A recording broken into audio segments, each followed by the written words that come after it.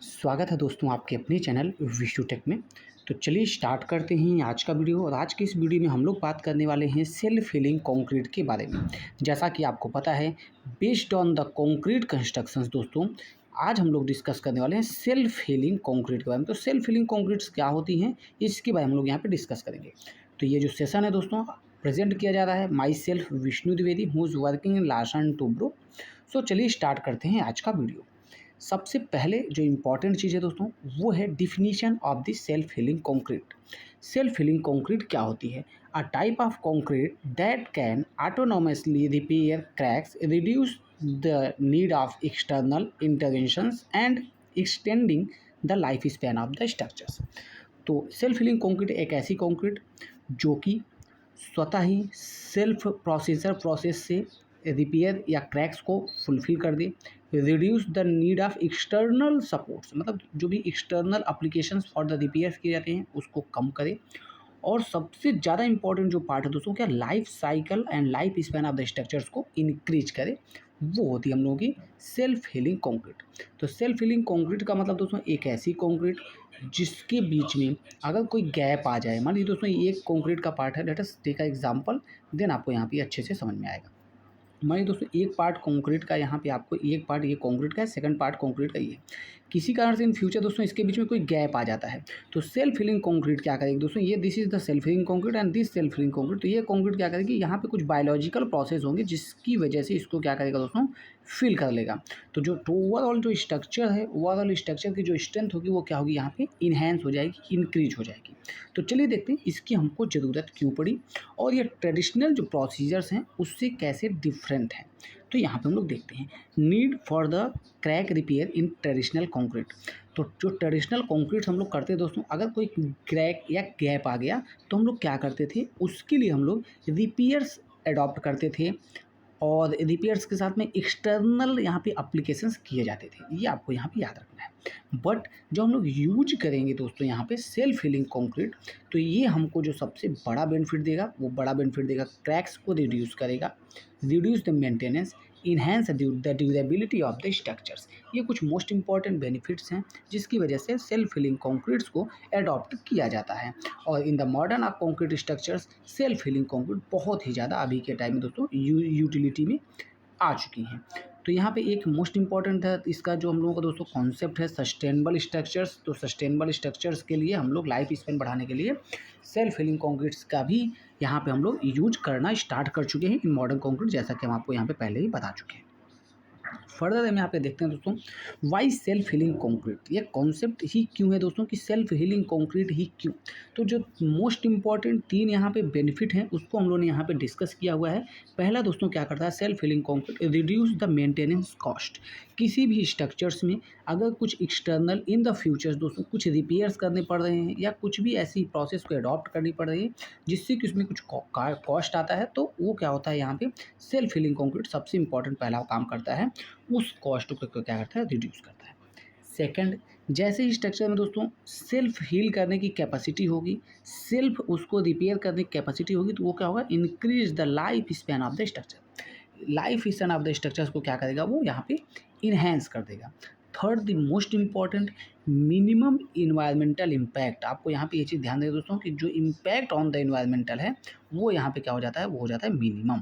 तो ये तीन मोस्ट इंपॉर्टेंट चीज़ें हैं जिसकी वजह से in modern concrete self healing concretes are under utility और यूज। तो अब यहाँ पे देखते हैं कि कौन कौन से type of self healing concrete की मैकेनिज्म है जिसके बिहाफ पे हम लोगों की जो कंक्रीट होती है सेल्फ हीलिंग कंक्रीट, वो क्या करती है, कंक्रीट में हीलिंग प्रोवाइड करती है। तो यहाँ पे जो मेजर कॉन्सेप्ट है वो दो टाइप है दोस्तों। एक तो है ऑटोजेनियस हीलिंग प्रोसेस, जो कि क्या होता है दोस्तों, इसको हम लोग नेचुरल प्रोसेस भी बोलते हैं। सेकंड यहाँ पे होता है दोस्तों, सेकंड होता है ऑटोनॉमस हीलिंग प्रोसेस। तो autonomous healing process is a engineered, मतलब दोस्तों ये एप्लीकेशंस और बेस्ड ऑन इंजीनियरिंग एस्पेक्ट्स के अकॉर्डिंग ये हैं। जो नॉर्मल कॉन्सेप्ट है, जो नेचुरली होता है दोस्तों, वो बायोलॉजिकल प्रोसेस से होता है। सम अदर स्पेसिफाइड प्रोसेस होते हैं जिसकी वजह से नेचुरली इनहेंस कर जाता है और इनहेल करता है कंक्रीट को। But the most important in the current scenario this part autonomous healing engineered part है, मतलब ये दोस्तों क्या इंजीनियर्स के द्वारा एडॉप्ट किए गए कुछ प्रोसीजर्स हैं, जिसमें सबसे पहला है कैप्सूल बेस्ड, दूसरा है vascular based and third bacterial based. ये 3 कॉन्सेप्ट है, तीनों के बारे में हम लोग यहाँ पे डिटेल में डिस्कस करेंगे और इस वीडियो में हम लोग कंप्लीट डिस्कस करने वाले हैं किसके बारे में, यहाँ पे सेल्फ हीलिंग कंक्रीट के बारे में।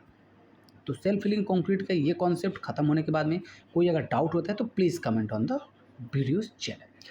तो चलिए यहाँ पे देखते हैं ये जो 4 प्रोसेस थे। सबसे पहला प्रोसेस जैसा कि आपको पता है ऑटोजेनियस जैसा कि हमने बताया आपको, एक नेचुरल प्रोसेस होता है। अकर्स, आप इसको पढ़ सकते हैं, occurs naturally in the presence of water, water के प्रेजेंस में ये नेचुरली ही अडॉप्ट होता है। ये लेस देन 0.2 mm की क्रैक या गैप को फुलफिल कर लेता है। इसकी जो मेन कॉन्सेप्ट होती है या मैकेनिज्म की आप बात करिए तो मैकेनिज्म इसकी क्या होती है, hydrations of unreacted cement, unreacted cements के हाइड्रेशंस के साथ में ऑटोजेनियस हीलिंग प्रोसेस अडॉप्ट हो जाता है। बट अब हम लोग बात करते हैं सेकंड, जो कि हम लोगों ने यहाँ पे डिस्कस किया था, ऑटोनोमस हीलिंग कॉन्सेप्ट। इस ऑटोनोमस हीलिंग कॉन्सेप्ट में हम लोगों ने जैसा कि यहाँ पर डिस्कस किया था vascular, capsule and bacterial, 3 concept को हम लोग यहाँ पे डिस्कस करेंगे। तो सबसे पहला हम लोग यहाँ पे डिस्कस करते हैं दोस्तों वेस्कुलर बेस्ड हीलिंग। तो वेस्कुलर बेस्ड हीलिंग में क्या होता है दोस्तों, इसके अंदर में क्या करते हैं, कंक्रीट के अंदर में दोस्तों क्या करते हैं, network of hollow tube inside concrete, concrete के अंदर में हम लोग क्या करते हैं, होलो ट्यूब्स को इंसर्ट करके रखते हैं। Healing agents flow like blood in veins, मतलब दोस्तों अगर कोई भी स्ट्रक्चर्स है, मान लीजिए यहाँ पे हमने एक स्ट्रक्चर यहाँ पे लिया, अब इसके बीच में हम लोग क्या करते हैं दोस्तों, यहाँ पे कुछ ऐसे होल्स ओपन करके रखते हैं, जैसे कि अब इसके बीच से क्या होगा, जैसे बॉडी, ह्यूमन बॉडी में दोस्तों क्या होता है, ब्लड फ्लो करता है इसके बीच से, ऐसे ही यहाँ पे हीलिंग कंक्रीट से कॉन्सेप्ट में वेस्कुलर बेस्ड में यहाँ पे हम लोगों का हीलिंग एजेंट्स यहाँ पे क्या करते हैं, फ्लो करते हैं। इसका जो मोस्ट इम्पॉर्टेंट बेनिफिट है वो बेनिफिट यही है दोस्तों कि ये रीयूजेबल है सिस्टम फॉर मल्टीपल क्रैक्स, मतलब ये कई टाइप के क्रैक्स के लिए रीयूजेबल है। आपको ये कॉन्सेप्ट यहाँ पे समझ में आया होगा। सेकंड टॉपिक जो है दोस्तों वो है capsule based healing. Capsule based healing क्या होता है दोस्तों, this is the most important and I think the best process to heal the concrete. तो दोस्तों यहाँ पे क्या होता है, माइक्रो कैप्सूल्स होते हैं filled with the healing agents, ये हीलिंग एजेंट्स के साथ में फिल होते हैं। Capsules break when the cracks form. अब यहाँ पे जो मोस्ट इंपॉर्टेंट मैं बात दोस्तों कि ये क्यों इंपॉर्टेंट है, कि मान लीजिए कोई आपका एक स्ट्रक्चर है यहाँ पे और इस स्ट्रक्चर्स में कोई क्रैक जनरेट हुआ, जब तक कोई क्रैक जनरेट नहीं होता है तो ये जो कैप्सूल्स होते हैं दोस्तों वो कैप्सूल्स के शेप में रहते हैं। और यहाँ पे मान लीजिए कुछ कैप्सूल्स ऐसे हम लोगों के कैप्सूल एजेंट्स के साथ में रहते हैं, हीलिंग एजेंट्स इस इन कैप्सूल्स के अंदर में रहता है। जैसे ये क्रैक्स जनरेट होगा, ये कैप्सूल्स क्या होंगे दोस्तों, ये कैप्सूल्स उस कंडीशन में क्या होंगे, ब्रेक हो जाएंगे और यहाँ पे ब्रेक होकर के क्या करेंगे, फिल द क्रैक्स। ये इसलिए मोस्ट इंपॉर्टेंट है। Healing agent react and seal the crack, जैसा कि हमने बताया ये यहाँ पे रिएक्ट करेंगे और इस क्रैक को क्या करेंगे, यहाँ पे फिल कर देंगे। जो final fourth and one of the most important concept for self healing concrete, तो वो है दोस्तों बायोलॉजिकल बेस्ड हीलिंग। तो यहाँ पे सबसे इम्पॉर्टेंट चीज़ ये है दोस्तों कि इसमें जो यूज किया जाता है स्पेसिफिक बैक्टीरियल्स यूज किए जाते हैं, जो कि क्या होते हैं, सब टाइटल्स होते हैं और ये वाटर के साथ रिएक्ट करके, थोड़े से भी वाटर के साथ रिएक्ट करके एक्टिव हो जाते हैं एंड देन प्रोड्यूस लाइमस्टोन, जिसको हम लोग क्या बोलते हैं दोस्तों, CaCO3। जैसे ही CaCO3 जनरेट होता है दोस्तों तो ये क्या होते हैं, क्रैक्स को फिल करना चालू कर देते हैं। तो यहाँ पे 4 मोस्ट इम्पॉर्टेंट प्रोसेस हैं, टेक्निक्स हैं, या दोस्तों आप यहाँ पे बोल सकते हैं कि ये 4 मोस्ट इम्पॉर्टेंट मैकेनिज़्म है, जो कि मेजर टाइप इज 2, बट यहाँ पे 4 टाइप में डिवाइड किया होगा, majorly 1 and 2, then from the 2 it is 3 part are there. Further हम लोग देखते हैं यहाँ पे कौन कौन से ऐसे मटेरियल्स हैं जो कि हम लोग यूज करते हैं सेल्फ हीलिंग कंक्रीट में।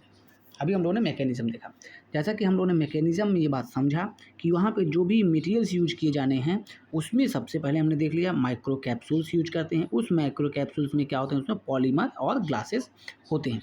सेकंड ऐसे जैसे हमने देखा बैक्टीरियल स्कोरस एंड न्यूट्रिएंट्स होते हैं दोस्तों, तो बैक्टीरियल कॉन्सेप्ट को भी हमने देख लिया।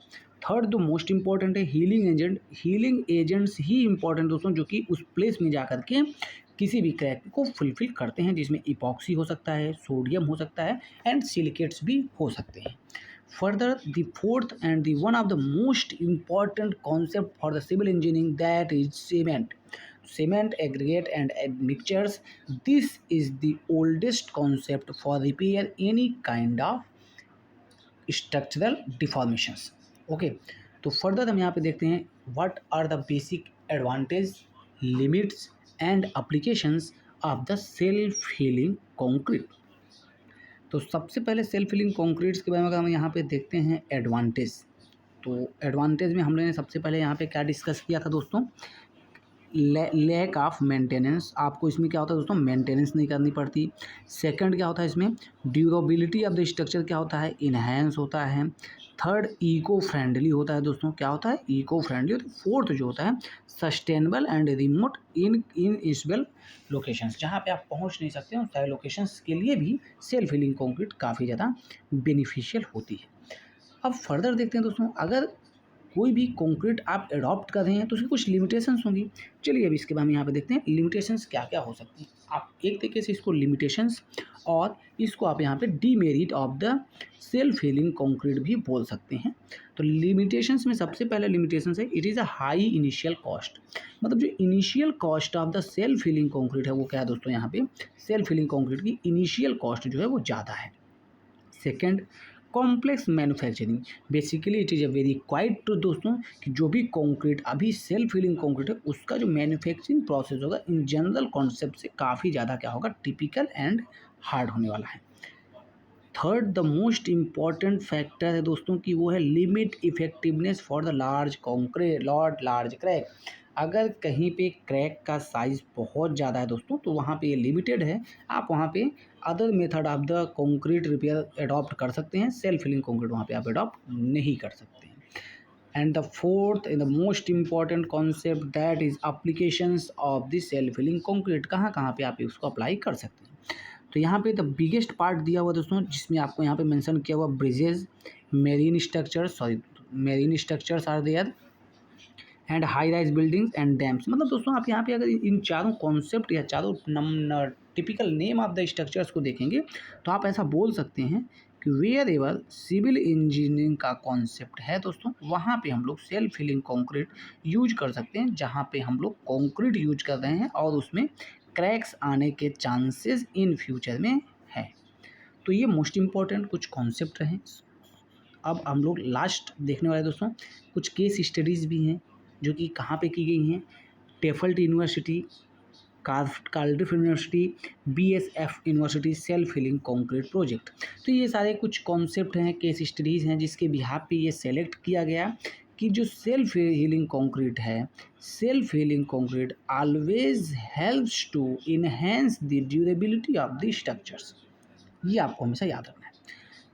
जैसा कि दोस्तों आपको ये बात पता है कि जैसे ही कंक्रीट सिविल इंजीनियरिंग से रिलेटेड बात करें तो उसमें सबसे इम्पॉर्टेंट चीज़ है durability and aesthetics, aesthetic view. So further यहाँ पे हम लोग देखते हैं और next and the last slide is going to be questions and answer series. अगर दोस्तों कोई सा भी क्वेश्चंस आपको रिलेट करता है सेल्फ हीलिंग कंक्रीट से और आपको लगता है कि वीडियो में ये चीज़ मिसिंग है तो please comment on the video.